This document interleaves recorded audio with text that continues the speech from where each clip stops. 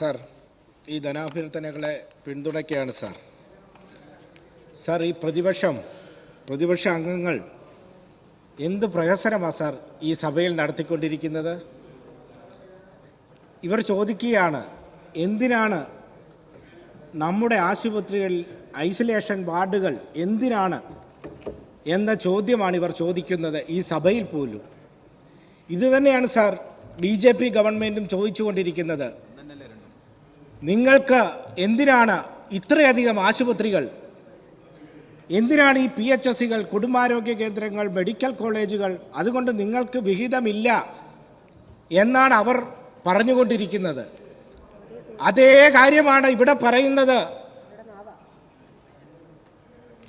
ഇരട്ടച്ചങ്ക് മാത്രമല്ല, മനുഷ്യത്വമുള്ള ഹൃദയമുള്ളതുകൊണ്ടാണ് കോവിഡ് വന്നപ്പോൾ ഐസൊലേഷൻ വാർഡുകൾ ഉണ്ടാക്കിയതും നാട്ടിലാകെ ആശുപത്രികൾ താൽക്കാലികമായി ഉണ്ടാക്കിയതും അവിടെയെല്ലാം രോഗികളെ പരിചരിച്ചതും ഇന്ത്യക്കും ലോകത്തും മറ്റെങ്ങും കാണാത്ത മാതൃകാപരമായ പ്രവർത്തനങ്ങൾ നടത്തിയതുമെല്ലാം തൊഴിലാളികൾക്കൊപ്പം നിൽക്കുന്ന പ്രസ്ഥാനവും അതിൻ്റെ ഗവൺമെൻറ്റുമായതുകൊണ്ടാണ് ആശാ വർക്കർമാർ ഇന്ന് കേരളത്തിൻ്റെ സമൂഹത്തിൽ പ്രവർത്തിക്കുന്നത്. ഞങ്ങളുടെ പ്രസംഗത്തിലല്ല തൊഴിലാളി സ്നേഹം, ഞങ്ങളുടെ പ്രവൃത്തിയിലാണ്. നിങ്ങളുടെ കാലത്ത് കേന്ദ്ര ഗവൺമെൻറ് ഉത്തരവ് കൊടുത്തിരുന്നു, നടപ്പിലാക്കിയില്ല നിങ്ങൾ. ഈ തൊഴിലാളി വർഗ പാർട്ടി കേരളത്തിൽ അധികാരത്തിൽ വന്നപ്പോഴാണ് ആശാ വർക്കർമാർക്ക് ഈ കേരളത്തിൽ നിയമനങ്ങൾ നൽകിയത്. ഈ പ്രസംഗമൊക്കെ കേട്ടാൽ തോന്നും, സാർ 500 രൂപയാണോ 6000 രൂപയാണോ വലുത് എന്ന് തോന്നും. ആശാ വർക്കർമാർക്ക് ഈ തൊഴിലാളി വർഗ പ്രസ്ഥാനം നേതൃത്വം കൊടുക്കുന്ന ഗവൺമെൻറ് ആയതുകൊണ്ടാണ് എല്ലാ പ്രതിസന്ധി സമയത്തും അവർക്ക് മാന്യമായി എന്ന് പറയാൻ കഴിയില്ലെങ്കിലും 6000 രൂപയോളം വർദ്ധിപ്പിച്ച് നൽകിയിട്ടുള്ളത്. അതുപോരാ, ഇനിയും ഉയർത്തണം. ആദ്യം ഈ നിർദ്ദേശം മുമ്പോട്ട് വെച്ചത് കേരളത്തിൻ്റെ ആരോഗ്യമന്ത്രിയും കേരളത്തിലെ തൊഴിലാളി വർഗ പ്രസ്ഥാനവുമാണ്. ഞങ്ങളാണ് ആദ്യം കേന്ദ്രത്തോട് ആവശ്യപ്പെടുന്നത്. എന്തേ നിങ്ങൾക്ക് ഇപ്പോഴും മിണ്ടാട്ടമില്ല? നിങ്ങൾ കരുതുന്നത് ഇതൊരു രാഷ്ട്രീയ ലാഭത്തിന് വേണ്ടി ഉപയോഗിക്കാമെന്നാണ്. ഞാൻ പറയാൻ ഉദ്ദേശിച്ച കാര്യങ്ങളൊന്നും പറയാൻ ഇപ്പോൾ ആഗ്രഹിക്കുന്നില്ല സാർ. ധനാഭ്യർത്ഥനയുമായി ധാരാളം കാര്യങ്ങൾ പറയണമെന്ന് ആഗ്രഹിച്ചതാണ്. ഇവിടുത്തെ ഇന്നലത്തെ പാലക്കാട് അംഗത്തിൻ്റെ ഉൾപ്പെടെ, കോവളം അംഗത്തിൻ്റെ ഉൾപ്പെടെ, വടകര അംഗത്തിൻ്റെ ഉൾപ്പെടെയുള്ള പ്രസംഗങ്ങൾ എടുത്ത് പരിശോധിച്ചാൽ CPIM സമ്മേളനങ്ങൾ നടത്തിയതാണ് ഇപ്പോൾ ഇവരെ അസ്വസ്ഥരാക്കുന്നത്. CPIM നയരേഖ അവതരിപ്പിച്ചതാണ്, കേരളത്തിൻ്റെ വികസനത്തിന് നയരേഖ അവതരിപ്പിച്ചതാണ് ഇവരെ ഇപ്പോൾ അസ്വസ്ഥരാക്കുന്നത്. സ്വാഭാവികമാണ് സാർ, ആ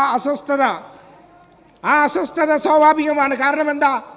കേരളത്തിൻ്റെ മുഖ്യമന്ത്രി രേഖ അവതരിപ്പിച്ചു CPIMൻ്റെ സംസ്ഥാന സമ്മേളനത്തിൽ. നവകേരളത്തിൻ്റെ പുതുവഴികൾ കേന്ദ്രം പിടിച്ചു മുറുക്കുമ്പോൾ അതിനെ അതിജീവിച്ചുകൊണ്ട് എങ്ങനെ കേരളത്തെ മുമ്പോട്ട് നയിക്കാം എന്നതായിരുന്നു ആ രേഖ. CPIM നാടിൻ്റെ വികസനം ചർച്ച ചെയ്യുന്നത് ഇന്നല്ല, ഇന്നലെയല്ല. 56-ൽ ഭൂപ്രഭുത്വം ജന്മിത്വം അവസാനിപ്പിച്ച് നമ്മുടെ നാടിന് ഇനിയും മുമ്പോട്ട് വികസനമുണ്ടാവൂ എന്ന് കണ്ട അന്ന് അവതരിപ്പിച്ച രേഖയാണ് പിന്നീട് 57-ൽ ഭൂപ്രഭുത്വം അവസാനിപ്പിച്ചുകൊണ്ട് ഈ നാടിൻ്റെ വികസനത്തിലേക്ക് നയിച്ചത്.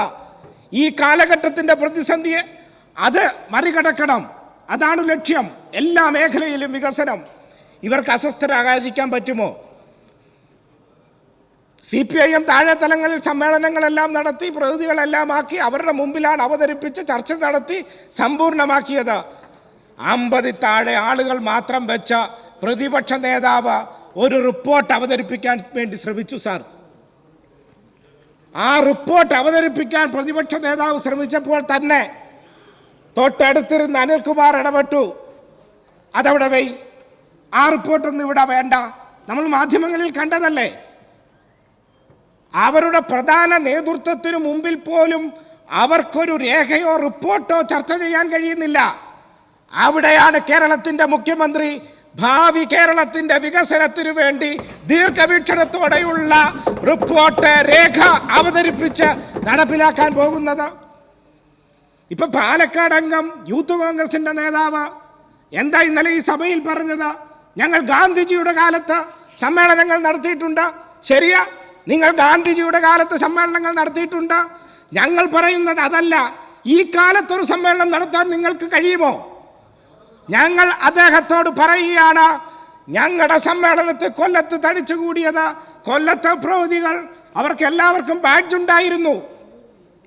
അവരാരും വ്യാജമായി ഉണ്ടാക്കിയ ബാഡ്ജിട്ടല്ല ആ സമ്മേളന ഹാളിനുള്ളിൽ വന്നത്. ഇതര സംസ്ഥാന തൊഴിലാളികളല്ല അവിടെ വന്നത്. കേരളത്തിലെ 38,000 വരുന്ന ബ്രാഞ്ചുകളിൽ നിന്ന് ആരംഭിച്ച തെരഞ്ഞെടുത്ത പ്രൗഢികൾ. എൻ്റെ അടുത്തിരുന്നത് ഒരു വനിതാ സഖാവായിരുന്നു, വിധവയായിരുന്നു. കഴിഞ്ഞ 48 വർഷമായി വിധവയായി അവർ ജീവിക്കുകയാണ്. കാരണം എന്താ? 48 വർഷങ്ങൾക്കപ്പുറം അടിയന്തരാവസ്ഥയുടെ നാളുകളിൽ ആ അടിയന്തരാവസ്ഥ കാലത്ത് അഭിപ്രായം പറയാൻ, പ്രതിഷേധം അറിയിക്കാൻ ഒക്കെ കോൺഗ്രസ് ഇന്ത്യയിൽ വിലക്കേർപ്പെടുത്തിയപ്പോ ഞങ്ങളുടെ ചുവന്ന കൊടിയും പിടിച്ചുകൊണ്ട് പത്തനംതിട്ടയിലെ മലയാലപ്പുഴയിലെ വള്ളിയാനി ജംഗ്ഷനിൽ ആ ചുവന്ന പതാക ഉയർത്തുമ്പോ നിങ്ങൾ വെട്ടിയരിഞ്ഞു കളഞ്ഞ വള്ളിയാനി അനിരുദ്ധന്റെ ഭാര്യ സഖാവ് കോമളം അനിരുദ്ധനായിരുന്നു എൻ്റെ അടുത്തിരുന്നത്. അങ്ങനെ ത്യാഗദുർബലമായി പ്രവർത്തിച്ച സഖാക്കളാണ് അവിടെ ഒത്തുചേർന്നത്. എന്തായിരുന്നു? ചെങ്കടലല്ലായിരുന്നോ കൊല്ലം? അറബിക്കടലിന്റെ ആരവത്തെക്കാൾ തീഷ്ണമായിരുന്നു സാർ അവിടെ ഉയർന്ന ഇൻക്വിലാബിന്റെ ശബ്ദം. എല്ലാവരുമുണ്ട്. കശുവണ്ടി തൊഴിലാളികൾ മാത്രമല്ല, തോട്ടം തൊഴിലാളികളുണ്ട്, കയർ തൊഴിലാളികളുണ്ട്, മത്സ്യത്തൊഴിലാളികളുണ്ട്. അങ്ങ് കോട്ടയത്തു നിന്നും സുകുമാരൻ സഖാവ് 92കാരൻ നടന്ന് ആ സമ്മേളനത്തിൽ പങ്കെടുക്കാൻ അവിടെ എത്തി. അത് മാത്രമോ, ആവേശത്തോടെ നാനാഭാഗത്തു നിന്നെത്തി. തൊഴിലാളി വർഗ പ്രസ്ഥാനത്തെ നയിക്കാൻ വിദ്യാർത്ഥി പ്രസ്ഥാനത്തിലൂടെ, യുവജന പ്രസ്ഥാനത്തിലൂടെ, കർഷക തൊഴിലാളി പ്രസ്ഥാനത്തിലൂടെ എണ്ണമറ്റ ജനകീയ സമരങ്ങൾക്ക് നേതൃത്വം കൊടുത്ത സഖാവ് MP ഗോവിന്ദൻ മാസ്റ്ററെ ഞങ്ങൾ തെരഞ്ഞെടുത്തു. ഞാൻ ചോദിക്കുന്നു, വെള്ളക്കടലാസിൽ എഴുതി ഒരു KPCC പ്രസിഡന്റിനെ തെരഞ്ഞെടുക്കാൻ നിങ്ങൾക്ക് കഴിയുന്നുണ്ടോ? എത്ര നാളായി സാർ, എത്ര നാളായി ഇവർ ഒരു KPCC പ്രസിഡന്റിനെ തെരഞ്ഞെടുക്കാൻ വേണ്ടി ശ്രമിക്കുക? പാലക്കാട് അംഗത്തിന് അറിയുമോ എന്ന് എനിക്കറിയില്ല സാർ. 92ലാണ്, 33 വർഷങ്ങൾക്കപ്പുറമാണ് നിങ്ങൾ കേരളത്തിൽ ഒരു സംഘടനാ തെരഞ്ഞെടുപ്പ് നടന്നത്. അന്ന് ആ തെരഞ്ഞെടുപ്പ് നടത്താൻ വന്ന കിഷോർ ചന്ദ്രദേവ മസ്കറ്റ് ഹോട്ടലിൽ നിന്നും ഉടുതുണിയില്ലാതെ നിങ്ങളുടെ നേതാക്കന്മാരുടെ തല്ലുവാങ്ങി പോകുന്നത് കേരള സമൂഹം കണ്ടു. സാർ, സ്വാഭാവികമാണ് CPIM നടത്തുന്ന ഈ സമ്മേളനത്തിൽ ഇവർ അസ്വസ്ഥരാകുന്നത് എന്ന് മാത്രം പറഞ്ഞുകൊണ്ട് ഈ ധനാഭ്യർത്ഥനകളെ പിന്തുണച്ചുകൊണ്ട് എൻ്റെ വാക്കുകൾ ഉപസംഹരിക്കുന്നു.